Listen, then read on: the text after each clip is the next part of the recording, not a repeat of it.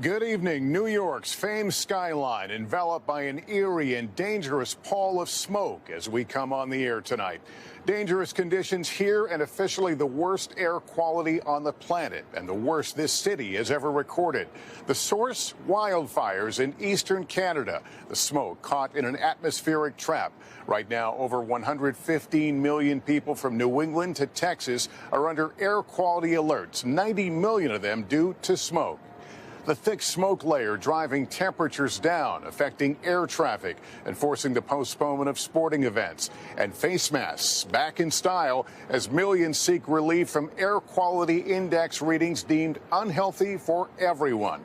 Al Roker will tell us when the skies may clear, but first to Emily Aketa with the very latest.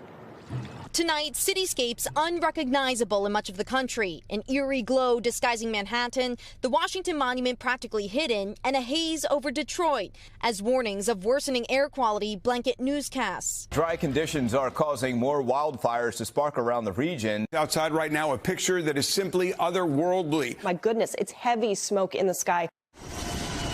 The smoke today clouding skies so much the FAA issued a ground stop, temporarily pausing all flights into LaGuardia and slowing air travel into Newark and Philadelphia.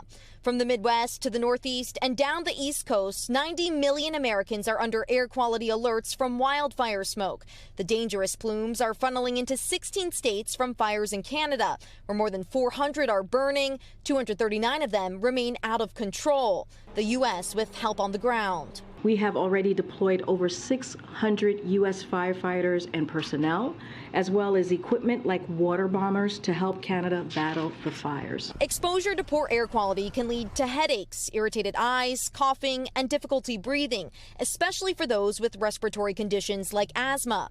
In Hackensack, New Jersey, Dr. Ida Capo is seeing a rush of patients. They could become extremely short of breath and have difficulty breathing in a very short period of time by being exposed to this. For the second day in a row, New York City recorded the worst air quality in the world among major cities.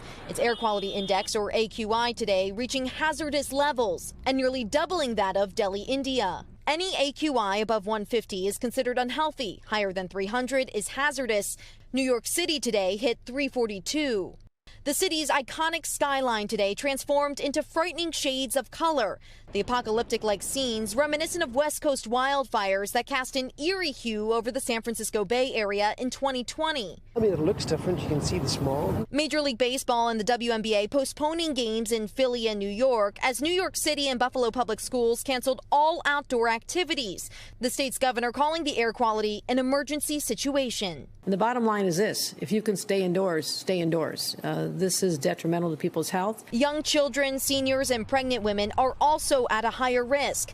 That's why expecting mother Michelle Maves Delagenio is teaching piano remotely today. I'm not going anywhere. I was supposed to teach in Manhattan, and it just didn't seem worth it today, especially with a baby on the way. To stay safe, experts say check air quality alerts regularly on the EPA's website, airnow.gov. If you have a portable filtration unit, run it on high. Clean your air conditioner filter and run that unit's fan on high as well to move as much air as possible through the filter. And limit your time outside. When people do head out, should they wear masks? I would. It's safer. It's going to take a lot of those larger particles out. All right, Emily, joining me now from just across the river from New York City in New Jersey. Emily, we've all been commenting how unusual this skyline looks. Lester, that's right. Typically, you'd be able to make out the Empire State Building right about here. Now, the good news is the hospitals we've heard from say they haven't seen a dramatic increase in emergency admissions so far, but they are preparing for what could come tonight as these conditions linger. Lester? All right, Emily Aketa starting us off. Thanks. And for more on what's causing it and how long all this will last, let's get to Al Roker in Washington. Al. Lester, this is going to last for at least another 72 hours. As you look on the satellite, the visible satellite, you can see that pinkish gray area. That is the smoke wrapping around that low pressure system, pushing the smoke into the northeast. Now, here's what we expect. We are looking at 90 million people impacted by unhealthy air from the wildfire smoke alone. Worst air qualities from Lake Ontario to Delaware. You look at Harrisburg, Pennsylvania, extremely unhealthy. Hazardous conditions in Allentown, very unhealthy in Philadelphia. And here's the deal. As you can see on the image You can watch that smoke push into the Great Lakes, down into Washington. It gets worse here tomorrow, heavy out to the west. The only time we're going to see any relief here, Lester, is not until Saturday, and then things start to finally clear out. Thanks for watching our YouTube channel. Follow today's top stories and breaking news by downloading the NBC News app.